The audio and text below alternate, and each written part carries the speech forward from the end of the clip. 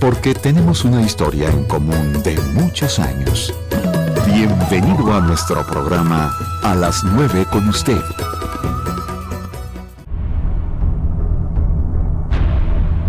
Los principios se comprenden a la luz de los finales. Apocalipsis. Muy buenos días. Sean bienvenidos a su programa A las 9 con usted. En esta versión durante este año hemos abordado el Apocalipsis, esta pieza literaria extraordinaria, pero que nos habla de la actualidad, nos habla de una serie de metáforas, de interpretaciones a la luz de lo que ocurre en el siglo XXI, con una valiosísima presencia, Virginia Singrini con nosotros. A lo largo del año hemos hablado de diferentes momentos del Apocalipsis y ahora le toca el turno a esa famosa criatura, la bestia. ¿Qué entiende usted por la bestia? ¿Qué significa? Bueno, intentaremos acercarnos a interpretaciones a la luz de la actualidad, insisto en ello, porque no se trata de tomar distancia, sino de apropiarnos de un texto como este, que además es una joya literaria. ¿No es cierto, Virginia? Buenos días. Buenos días, Yolanda. Buenos días. Sí, es una joya de miles de facetas que arroja cada luz y que hay que tener los oídos abiertos y los ojos también para captar esa belleza, que no se agota, obviamente.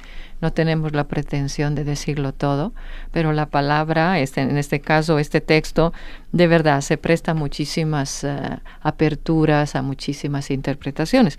Estamos llegando a lo que es el centro de este libro. Es importante, todos los libros tienen un centro, tienen un pivote central alrededor del cual se mueve todo el texto, porque es como si fuera, perdónenme la comparación, pero una novela, ¿no? Un texto literario, porque se está llegando después del capítulo 12 que vimos la vez pasada, esta visión de la mujer, el dragón, que la acecha, que la persigue, que quiere arrebatarle el niño recién nacido y lo quiere destrozar, lo quiere matar. Ella huye al desierto, finalmente es llevada al cielo y es liberada de las amenazas de este dragón.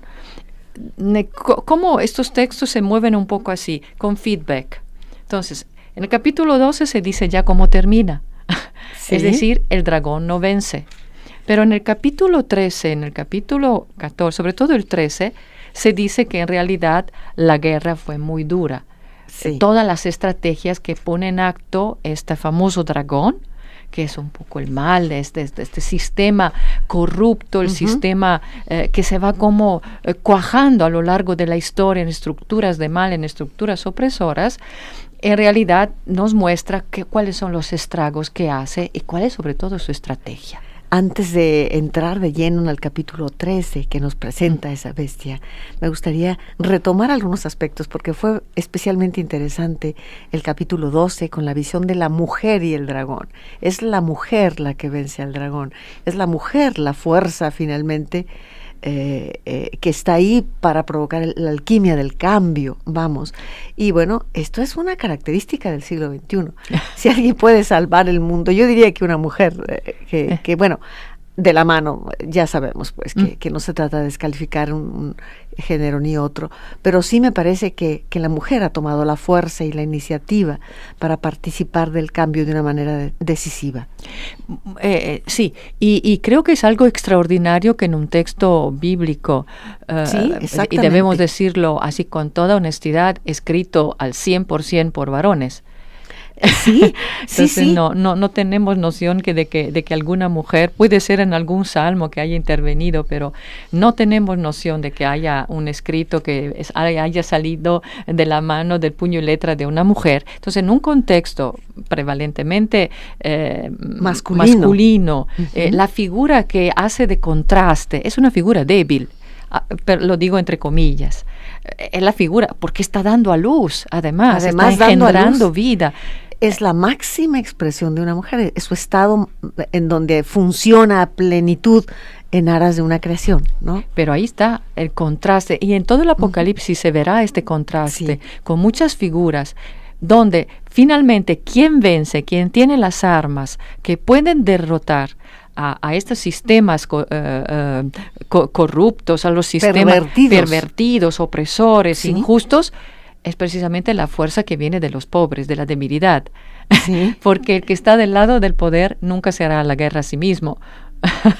Eso comentábamos en el programa anterior. Y bueno, recordar que el dragón es vencido, pero justamente entrega la estafeta del mal a la bestia. A la famosa bestia. Ahí vamos ahora sí. Entrega el derrotado, pero entrega la estafeta del mal ahora sí a la bestia para que se dé ese enfrentamiento terrible, ahora sí, presentado, ahora sí, la fuerza enorme del mar, ¿no? Como tal. Sí. ¿Y qué significa la bestia? Vamos a verlo en el programa de hoy. Sí, y sí nos son imágenes, son símbolos muy sugerentes. Con esta técnica de feedback nos dijo que ya había vencido la mujer, que el dragón había sido derrotado. Digamos, esta es la visión, esta es la esperanza, esta es la seguridad que se tiene. Pero realmente en la historia hubo una batalla, hay una batalla. Y en el momento en que escribe Juan, están bajo la opresión del Imperio Romano. Entonces esta bestia que surge del mar, estamos en Asia Menor, recordemos que es donde se escribe con toda probabilidad el libro del Apocalipsis, y exactamente el Imperio Romano vino del mar a invadir lo que era Asia Menor y posesionó todas estas tierras, todas estas ciudades, haciéndose estos estragos. Luego veremos que la bestia a su vez tiene un falso profeta. Hay toda una sucesión, hay toda una jerarquía. Bueno, yo quiero agradecer a mis compañeros. Gracias, Martín Silva. Buenos días, Ángeles Rodríguez en la producción. Y hoy conversaremos sobre todo ello.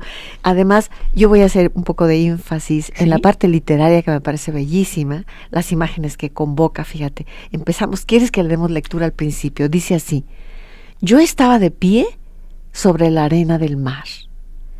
Vi surgir entonces del mar una bestia que tenía 10 cuernos y 7 cabezas.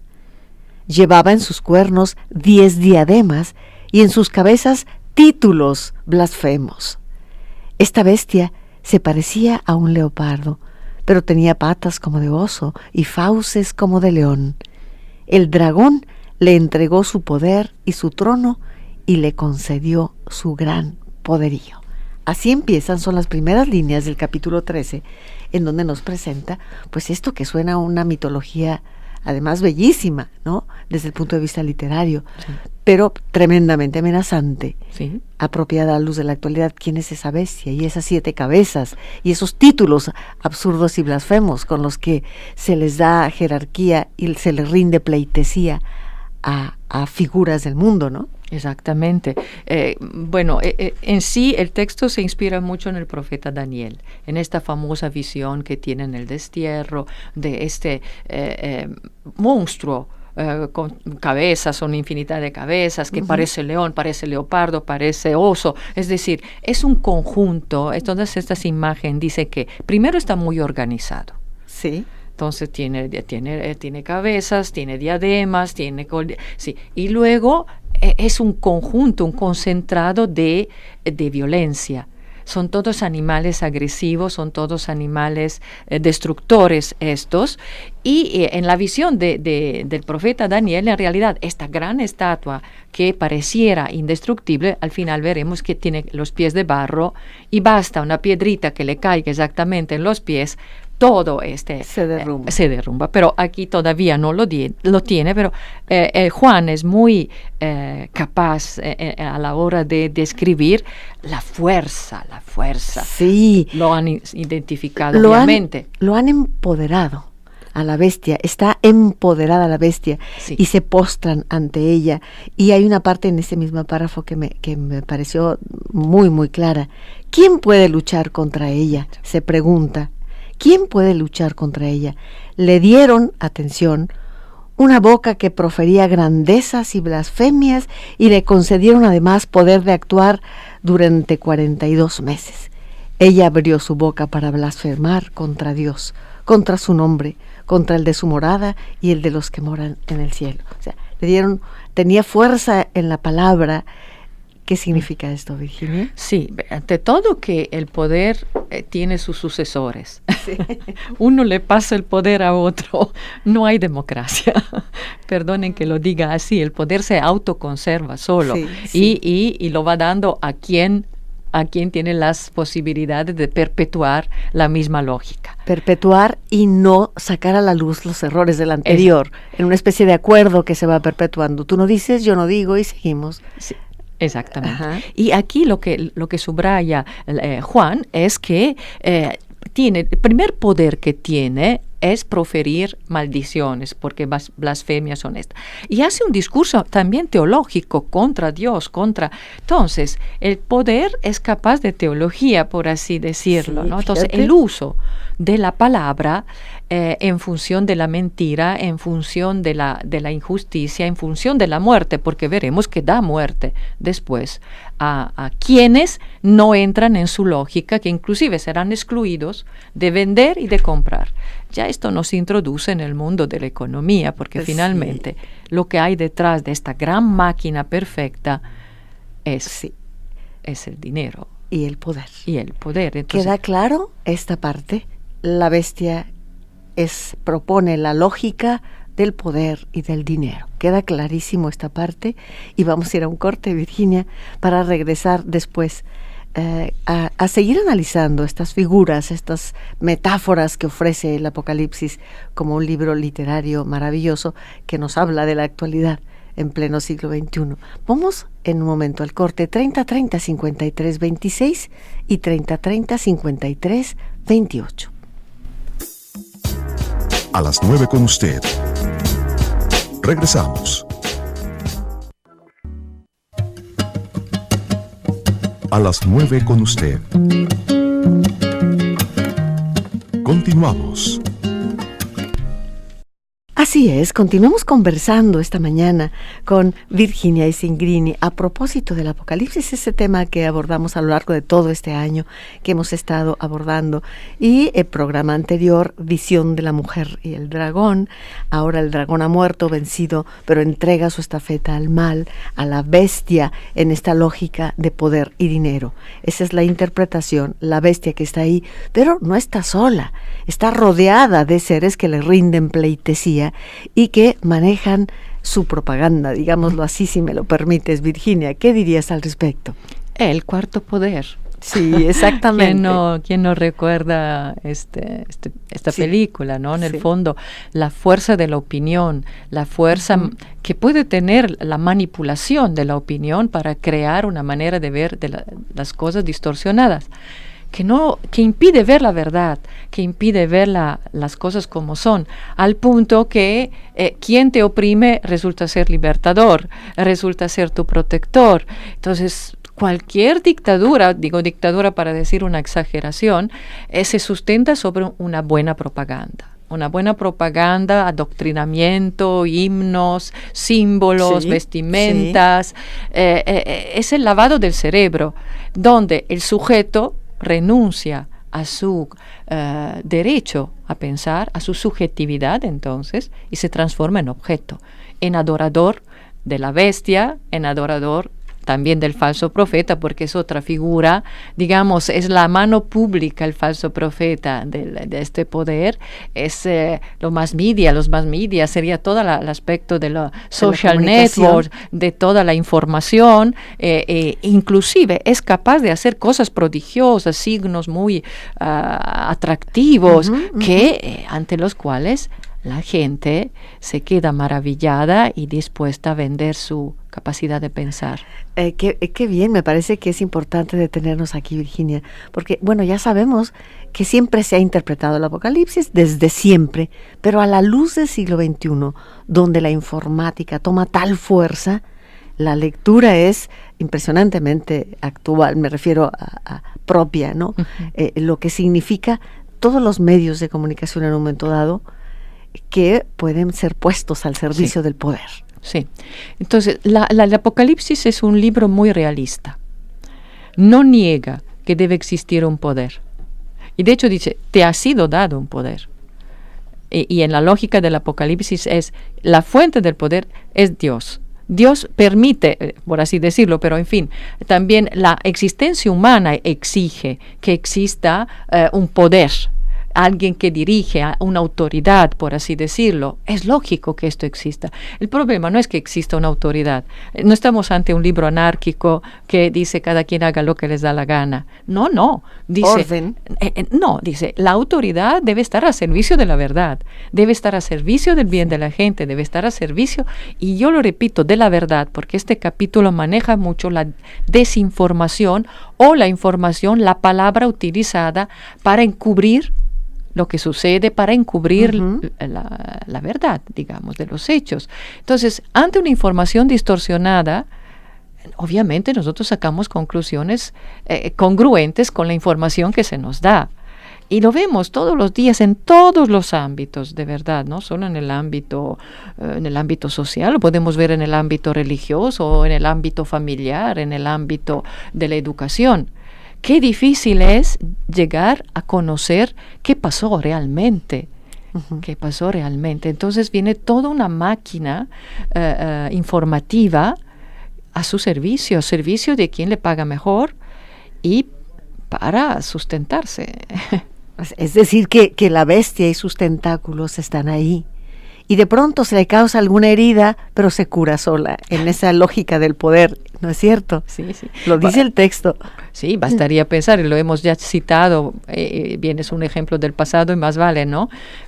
Cómo alcanzó un hombre, además juzgado, estuvo en un psiquiátrico Hitler, estuvo en un psiquiátrico con un diagnóstico tremendo, y sin embargo este hombre logra llegar donde llegó, pero pudo llegar ahí porque digamos inteligentemente, entre comillas, con esta perfidia, con esta sagacidad malvada que tenía, construir toda un aparato, las multitudes que se veían y que él hablaba, esta gran cantidad de gente, todos iguales, que se movían al unísono.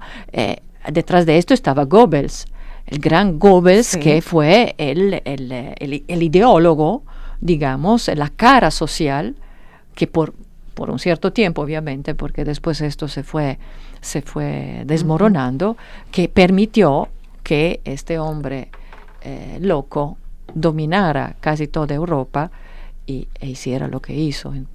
Entonces, todavía hoy nos preguntamos cómo fue posible. Fíjate, ya que lo dices, en el Museo del Holocausto, que está en la Ciudad de México, no pueden dejar de visitarlos, y van, es interesantísimo.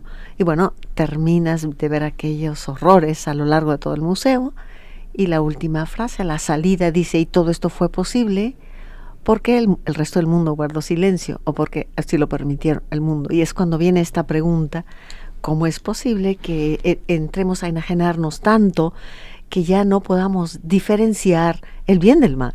Así de claro, los medios de comunicación también pueden trastocarlo todo y hacerte creer que la luna es de queso o que llueve de arriba para abajo, o sea, si se lo propusieran. Sí. Esta misteriosa atracción, seducción, que no se daría si no hubiera del otro lado una predisposición a ser seducido.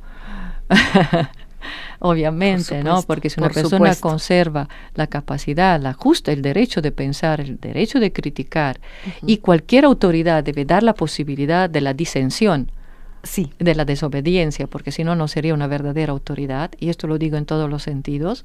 Entonces, si del otro lado hay una predisposición a dejarse manejar, evidentemente, como dicen aquí, se junta el hambre con las ganas de comer, en un sentido un poco popular, ¿no? Yo recuerdo un maestro de filosofía, una frase que nos repetía, decía, a veces hay lobos porque hay muchas ovejas, y la oveja quiere que haya lobos. Y crea sus lobos. Entonces viene de un lado y de otro, no solo el dictador malvado que tiene tal poder. Existe en el corazón humano una disposición a la seducción, alguien que piense por ti. No sé si te recuerdas esta página terrible de Dostoyevsky, del gran inquisidor, es una leyenda, pero finalmente, ¿por qué el gran inquisidor cuando llega, se imagina que en el tiempo de la Inquisición llega Cristo y le dice este cardenal, ahora finalmente llegaste, vamos a nosotros a arreglar las cosas porque tú no has entendido nada, y tenemos casi 1500 años tratando de arreglar todos los daños que hiciste con tu teoría de la libertad. Sí. Nosotros hemos entendido lo que tú nunca has entendido, que las masas se guían con tres cosas: con el pan, con el poder, la autoridad, digamos así, fuerte, y con los milagros, con los signos extraordinarios, con los prodigios. La gente se domina así, la gente quiere esto. Tú has querido un amor libre y por eso te pusieron en la cruz. Entonces ahorita te has atrevido a volver, te vamos a matar otra vez. Mañana te vamos a llevar a la hoguera, a quemarte. Y en todo el diálogo habla solo este cardenal anciano. Sí. Cristo nunca dice una palabra. No hay palabras que se puedan decir. Ahora que dices, y te vamos a volver a matar, recuerdo, las grandes plumas, Kazantzakis, con su novela Cristo de nuevo crucificado. Y de nuevo, y de nuevo, y de nuevo. Porque esa lógica del amor, de la verdad, del perdón, de la libertad, no va con el poder y el dinero. O sea, nadie se hace rico si respeta esa lógica. Esa es la verdad, Virginia. Sí. Porque detrás de todo, digamos la verdad, está la seducción del dinero. Sí. La seducción de estar cómodos, de no tener problemas, al punto de vender la libertad. Al punto de vender la libertad. Pero además no hay techo, no basta, no dices hasta aquí. Estoy a gusto, estoy tranquilo, tengo derecho a ello, mi casa. No, es una voracidad. De pronto, voracidad, y cada vez con cosas más absurdas. Si una pluma te sirve para escribir, pero hay una pluma que te cuesta 10 pesos y otra que te cuesta 10,000. O sea, absurdo. Viene una lógica absurda en el cual se juega esta imagen. Exacto. Justamente que no es más que la bestia. Sí, son los tentáculos de la bestia, son las estrategias de la bestia. Y eso de la imagen, como tú dices, y de hecho dice el texto, los seguidores, los adoradores de la bestia tienen una marca. Sí. Veremos que después los mártires tienen otra marca, porque el capítulo 14 nos pondrá el contraste con un cordero. La visión es un cordero, el contraste entre la bestia, el oso, el leopardo, estos animales feroces, con todo este aparato, el contraste es una colinita, encima de la colina está un cordero. Solamente. Solamente. Pero, y los que se negaron a adorar a la bestia. Y los que se negaron. Pero eso de la marca, del tener la marca, de estar marcado, de llevar encima el nombre. Además, volitivamente, tú eliges ser marcado. Es como si te entregaran el herraje de metal y dijeras, sí, por favor, y extendieras el brazo para que te lo pusieran. Eso es, además pagas por ello. De hecho, aquí atrás está un poco la moneda romana, que tenía la efigie del emperador. De la bestia. Y era Deus. Sí. Divus. Sí. Divus César, Divus es de Dios. El divino César.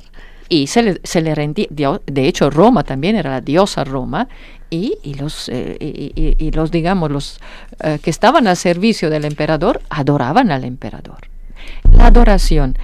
Entonces, la imagen adorada, no sé si doy un salto demasiado fuerte, pero esta de la marca, de tener algo que te contradistingue como pertenencia, creo que es un poco, no es tanto físicamente, pero también, alcanza también esto. Pienso, por ejemplo, en la fuerza que tiene la moda.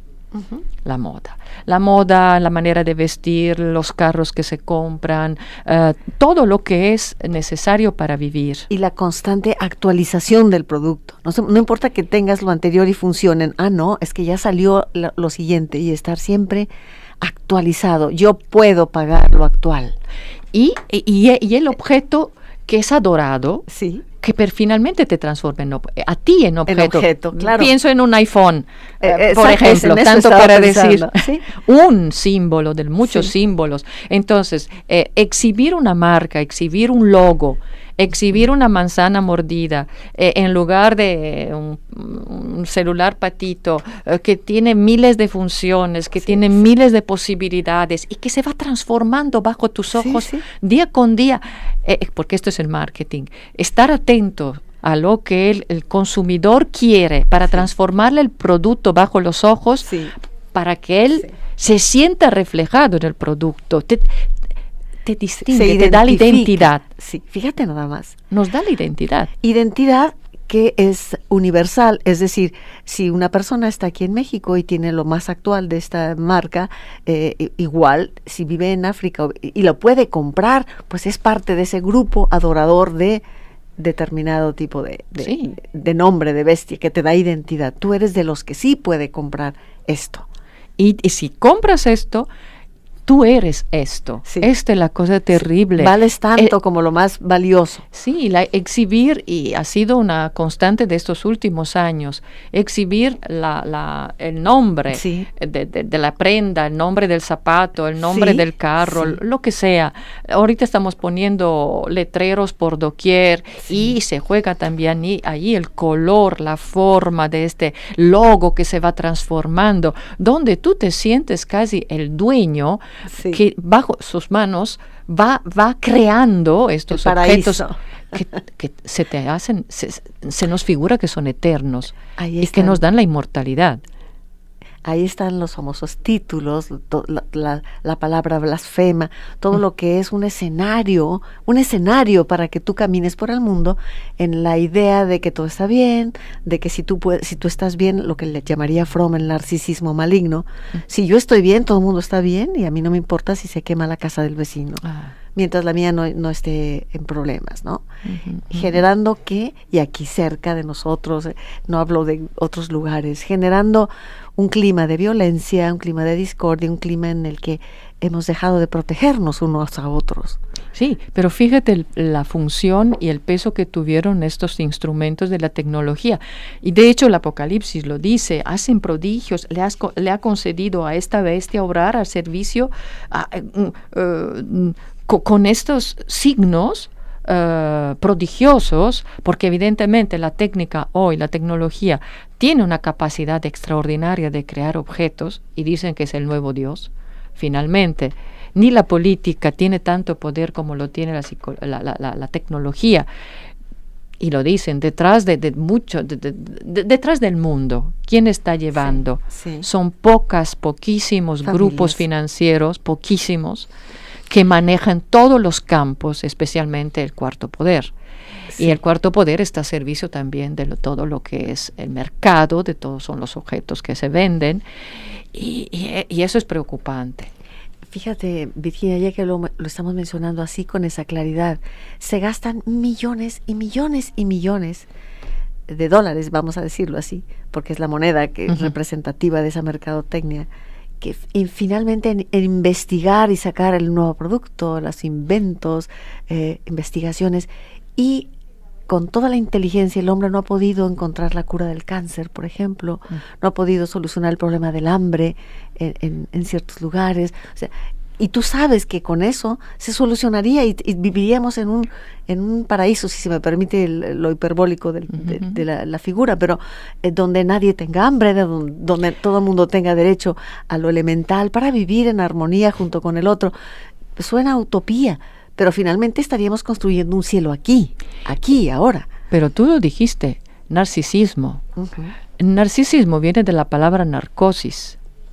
Es narcotizante. Sí. Es narcotizante, perdonen que no tengo nada contra un iPad, no tengo nada contra un iPhone, por amor de Dios, son objetos útiles, pero nosotros nos sentimos tan fuertes, tan omnipotentes con esto, pero encerrados en nuestro mundo, en nuestras cosas, con la sensación de dominarlo todo, y nos han quitado la capacidad de sentir misericordia, compasión, ternura, de darte cuenta, como tú decías, que la casa del vecino se cayó. Veamos lo que pasó ahorita con el temblor, ¿no?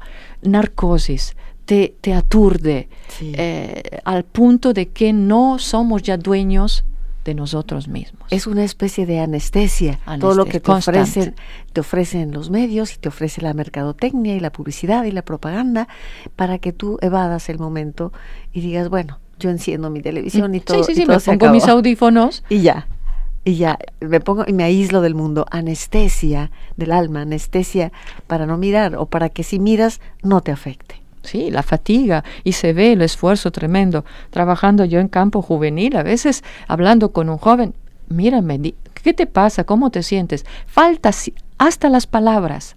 No logran ni siquiera poner en palabras su mundo interior, porque todo lo han delegado a una tecla, todo lo han delegado a un touch. Entonces se logra comunicarse solamente a través de un instrumento tecnológico. No existe ya la capacidad, o se está aminorando la capacidad directa de la intimidad, de la capacidad de mirarnos a la cara, de estar un ratito y de estar en silencio, de gozar con el silencio, de gozar y de dejar hablar este corazón que tenemos adentro, lleno de una potencialidad increíble. ¿Por qué? Porque estamos aturdidos. Perdonen que hablemos un poco mal de eso, pero finalmente el Apocalipsis no se limita a criticar, después propone, porque sabe que esta es una lógica de muerte. Ahora, hay otro aspecto, Virginia, si me lo permites, que está también ahí. Al ser una bestia, infunde miedo y temor. Y el miedo y temor para un pueblo provoca que se entregue el pueblo. Vamos a decir, si empieza la situación a ser cada día peor, robos, asaltos, agresiones, de pronto la ciudadanía puede decir, no me importa que hagan, pero solucionenme. La sobrevivencia, la amenaza cotidiana del miedo viene a ser una herramienta tremenda para la manipulación. Sí, y un poco porque, quieras o no, hemos delegado nuestra libertad, nuestra capacidad de pensar, nuestra capacidad de organizar, la hemos delegado a la autoridad, ¿no? Sí. Y entonces... Y nunca será suficiente si no está en ti la capacidad organizativa, participativa. Podemos hacer maravillas, podemos hacer maravillas, bastaría creerlo, bastaría despertarnos, bastaría que se abriera un poquito este cielo cerrado en que a toda costa queremos estar a veces, porque es muy cómodo. Sí. Un ejemplo bíblico es el pueblo de Israel, que era esclavo en Egipto, pero a un cierto punto le dice a Moisés, ¿por qué no nos dejaste donde estábamos? Sí. Nos solucionaban las necesidades vitales. Teníamos cebollas, teníamos carne, teníamos esto, nos trataban mal, pero en fin. Pero vivíamos y estábamos cómodamente, entre comillas, es un símbolo. Es decir, símbolo. Que finalmente también la libertad es dolorosa, es una dolorosa conquista. Preferiríamos no ser libres. Qué terrible, pero no qué terrible. Ser libres y que alguien decidiera por ti. Sí. Decidiera toda tu vida por ti, sí. Para saber que si te equivocas, pues no es tu culpa, no es tu responsabilidad, ¿no? Sí. Estamos en vivo, amigos nuestros. Bienvenido su comentario. ¿Qué es la bestia para usted? Es un símbolo que significa ¿qué para usted? 3030-5326 y 3030-5328. Antes de un minuto más tenemos para ir a corte. ¿Qué nos dirías, Virginia? Digamos que es de una actualidad espantosa. ¿Por qué? Porque lamentablemente la lógica que rige el mundo se repite. Nada se inventa. Es decir, el corazón del ser humano sigue siendo el mismo. Claro, los nuevos medios, las nuevas situaciones dan alcances nuevos, pero digamos, finalmente, el ADN que llevamos dentro es este. Naturalmente esclavos, decía Goethe, naturalmente tiranos, pero también naturalmente buenos. Debemos recuperar también la otra tendencia, y el Apocalipsis lo hará, porque el resignarnos a esta lógica, y de hecho dice, ¿quién podrá vencerle a la bestia? Nadie. No es cierto. Esto no es cierto. Esta es la opinión que fuimos obligados a construirnos. Y en el momento en que le damos la victoria, antes de haber peleado, la bestia ha ganado. La bestia ha ganado. Entonces debemos recuperar la otra posibilidad, despertarnos. Corte y regresamos con usted en un momento. A las 9 con usted. Regresamos. Tu opción en el cuadrante. Jalisco Radio. A las 9 con usted. Continuamos. Muchas gracias, Ángeles Rodríguez, que nos está apoyando en el teléfono. Gracias, Angelito. Y hay llamadas, Virginia, interesantes. Bueno. Por ejemplo, la de la señora Gloria Briceño, que me escriben aquí. Dice que en la opinión de ella, el mal, la bestia, es el mismo mal dentro del hombre. Me explico, esa parte del hombre. De ahí nace. de ahí nace la bestia, no viene de ninguna otra parte. No viene sino, de fuera. El señor Saúl López dice, por favor, repitan este programa, queremos volver a escuchar. Bueno, todavía no se acaba, don Saúl. Sí, es posible que lo podamos repetir, sí, sin duda. Yo voy a tomar un par de semanas próximamente y quizás se van a repetir algunos programas. Tomamos en cuenta su sugerencia, por supuesto, señor Saúl López. José Manuel Sánchez de San Rafael dice, es excelente el programa. Ojalá Virginia nos compartiera un medio de comunicación con ella para estar participando. Bueno, hay que decirles que Virginia da lección divina. Sí, bueno, si quieren en mi página Facebook, ahí subo, digamos, mis reflexiones, las subo ahí, con todo respeto por quien no piensa así, pero en fin, trato de no ofender la sensibilidad de nadie. Y con mi nombre, Virginia Isingrini, ahí me encuentran y ahí están tus reflexiones. Sí, ahí los pongo. Y la mantiene muy actualizada su página, ¿eh? Entonces yo creo que es una buena oportunidad, señor José Manuel Sánchez. Gracias por llamar, que le ha emocionado el programa. Muchas gracias. El señor Alberto Neri dice, yo estoy tan emocionado, y dice Ángeles que de verdad se escuchaba muy emocionado don Alberto, que es realmente muy interesantes estas reflexiones. Dice que nos felicita y que está suponiendo que debemos ser de otro planeta. Somos del planeta Tierra, don Alberto. Tratamos de ser del planeta Tierra. Sí, don Jorge Valencia Rentería dice, es impresionante, este programa tendría que repetirse por la noche a las 9, que es muy difícil que lo escuche en la mañana a las 9. Sí, no sabe, yo tengo una vida tratando de que, como otros programas, se repita también este programa para un público diferente, pero no lo he logrado, pero hemos estado luchando por ello. Y bueno, finalmente lo está usted escuchando y eso es lo importante, ¿no? Sí, y nos alienta que podamos hacer algo de bien. Sí. Luz Valencia dice, ¿cómo es posible que haya tal apertura? Les felicito. Tal apertura, que no caigan en un texto simplemente religioso y que nos hablen de la actualidad, de lo que significa la bestia que está presente en el siglo XXI. ¿Algún comentario, Virginia? Sí, eso del lenguaje religioso a mí sí me hace un poco ruido, ¿no? En ese sentido, obviamente estamos ante el último libro de la que es la Biblia. Obviamente es un contexto religioso, eso no lo podemos negar. Evitar, no, evidentemente. Quien quiera saber algo de los musulmanes, toma el Corán, o la Bhagavad Gita, pues si quiere saber algo del mundo hindú. Pero quiero decir esto. También lo que llamamos la laicidad, el poder, todo lo que es la autoridad, todo lo que es la sociedad, por así decirlo, que no entra directamente en un discurso religioso. El Apocalipsis está diciendo que también esta bestia con su falso profeta hace un discurso de tipo religioso, teológico. Uh-huh. ¿A qué me refiero? Es que cualquier sistema opresor tiene sus sacerdotes, tiene sus ritos, tiene sus sacrificios, tiene sus altares, tiene sus eslogans. Tiene sus dogmas. Y tiene su adoración. No me digan que no. Es decir, claro, Nerón era Nerón. No era Dios, pero él decía yo soy Dios.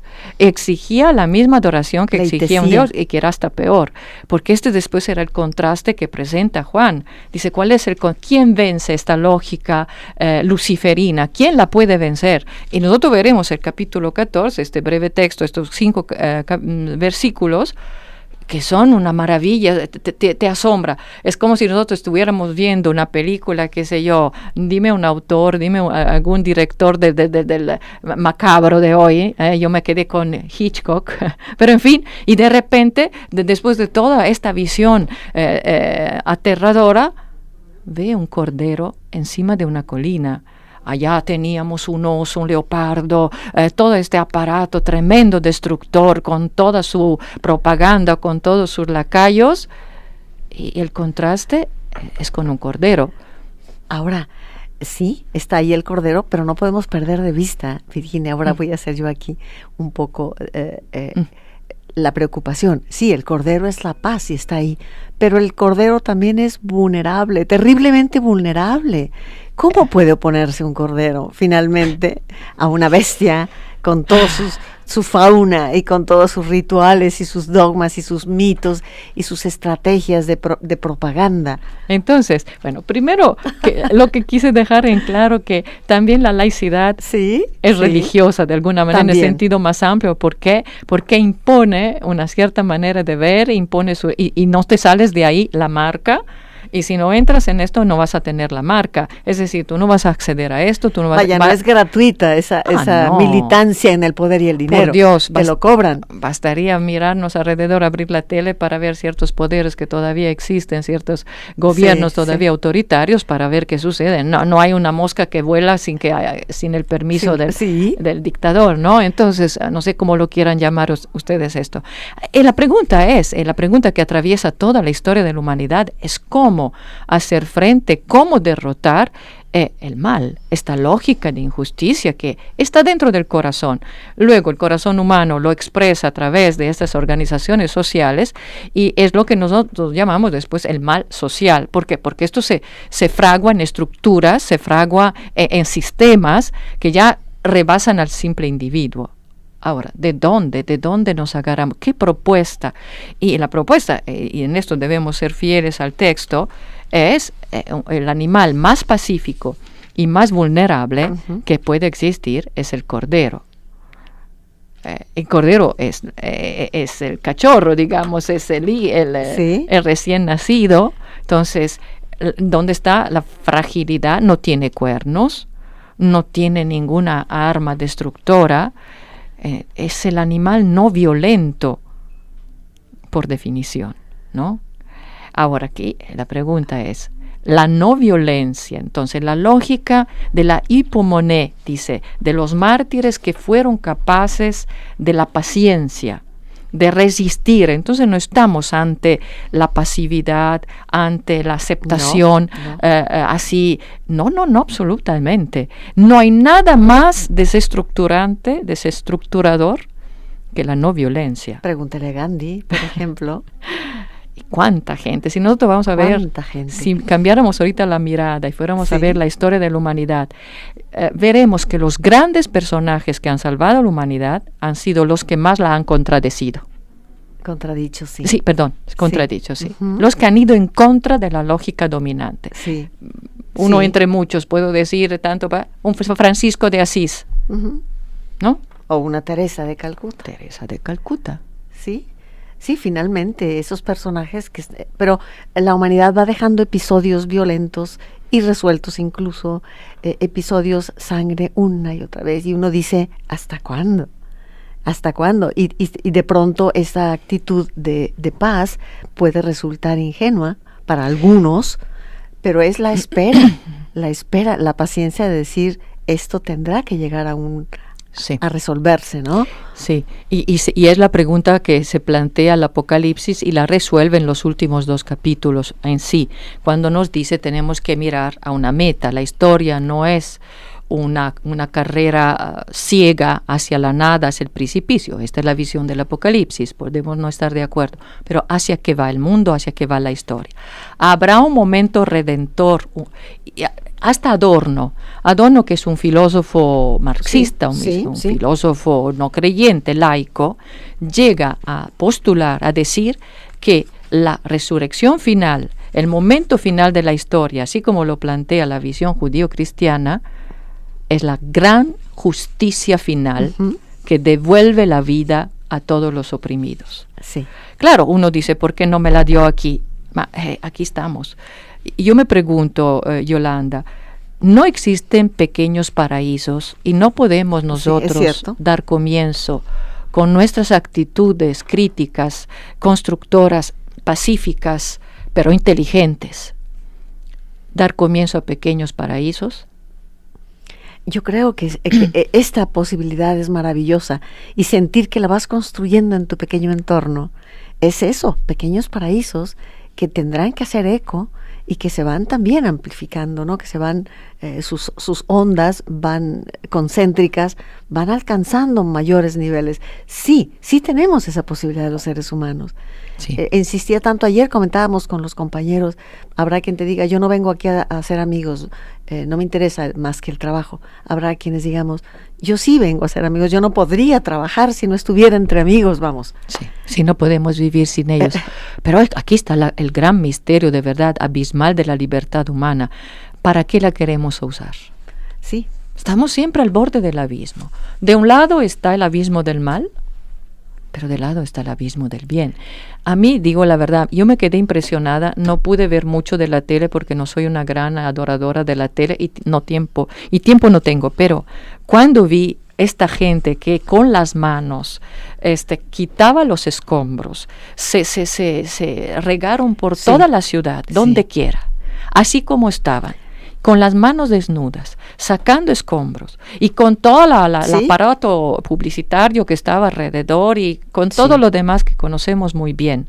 Y cuando levantan los puños y dicen silencio, fue impresionante. Sí lo fue. Se escucha una voz. Pues ahora habría que decirnos que no esperemos condiciones tan terribles y trágicas, que digamos silencio en todo el país. Hay una voz de vida. Hay una voz de vida, exactamente. Y callaron. Exactamente. Callaron. Quiere decir que tenemos la fuerza para callar el falso profeta también.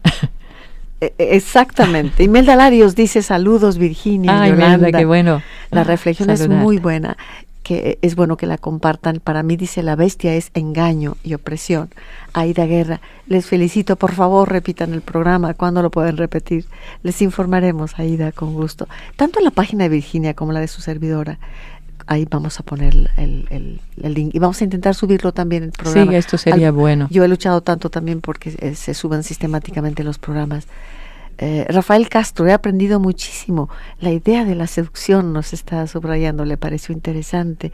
Es no dejarse seducir, puede estar ahí la seducción y no dejarse marcar con la bestia, dice. Agradezco el tema, Rafael Castro. Víctor Manuel Sandoval, excelente programa, nos dice. Él ya tiene un nombre para un político que dice que es la bestia. Bueno, los errores que cometen se pasan también en nuestro país y en todos, de político en político. Sí, el apoyo del dragón que muere y viene el que sigue y se pasa el poder y la estafeta del mal. Sí. El autoconservación del poder. Sí, el autoprotección y conservación, sí. También dice la manzana, no es para comerse. ¿Dónde podrías comprar? Es cierto, si tú tuvieras hambre, no te comes un iPhone. ¿Qué preferirías si tu vida te fuera en ello? Y es que nos va la vida en ello, finalmente. Y quiero subrayar que no se trata de descalificar la técnica, que sabemos que es muy importante y que nos facilita la vida en muchos sentidos. Sí, sería necio descalificarlo. No, es el uso y el sobreuso exagerado que entregas tu vida y tu humanidad, en todo caso, en lugar a una de marca, vivir, a una marca. Por ejemplo, sí. Y esto lo dijimos y vale la pena. No es un texto anárquico, no es destructor de la autoridad en cuanto tal. No, está diciendo, pero que esto debe estar a servicio de la persona, no el contrario. Porque cuando la persona se transforma en el servidor, en el adorador de cualquier poder, puede ser de cualquier tipo, esto ya está trastocado, esta ya es una lógica de muerte. Habría que pensar también y preguntarnos, dejarnos un poco de tarea. ¿Qué es aquello que anhelas? ¿En dónde está tu motor de vida? ¿Tú trabajas para qué, por ejemplo? Dime para qué trabajas, cuál es tu obsesión, a dónde quieres llegar. Y ese es tu Dios, finalmente. Sí. Yo aprendí esta lección en un barrio periférico aquí de Guadalajara, donde fui a dar un tema. Era gente sencilla, gente, digamos, de clase medio-baja, que estaban ahí planteándose algunas preguntas. Y era la misma pregunta que haces tú, ¿no? ¿Dónde he planteado mi vida? ¿A partir de qué quiero mi vida? Y se levantó un señor que era chofer. Entonces dice, yo salgo a la mañana temprano, llego noche, cansado, bastante joven todavía, casado, allí estaba su esposa con 2 hijitos, y dice, y lo único que hacía llegar y decir, dame de cenar, yo estoy cansado, ver la tele, No y quiero me voy. saber más. Dice, mi vida, los primeros años de matrimonio fueron así, llegar, dame de comer, y qué tal. Dice, llegó un día y me pregunté, ¿qué querrá mi esposa hoy de mí? ¿Cómo quisiera ser tratada por mí después de todo un día que me está esperando y que está trabajando? Y dice, se me ocurrió preguntarle, oye, ¿en qué te puedo ayudar? Dice, se puso a llorar. La señora se puso a llorar. Sí. De gozo, de sorpresa, dice, me dijo a mí, mi vida cambió. Sí. Mi vida cambió porque me di cuenta que también ella necesitaba una palabra buena y que no existía solo yo. Bueno, le dije, encontraste el secreto de la felicidad, de la vida. Esto no te va a quitar los problemas que vamos a encontrar cada día. No los va a quitar, pero nos pone en una visión distinta. Humana. ¿Qué siente tu compañero, tu compañera de vida? ¿Qué siente? ¿Cuál es su angustia a lo mejor? ¿Y de qué manera tú estás ahí para ella o para él? Sí. Y sí, de pronto nos obsesionamos y con diferentes cosas, no solamente...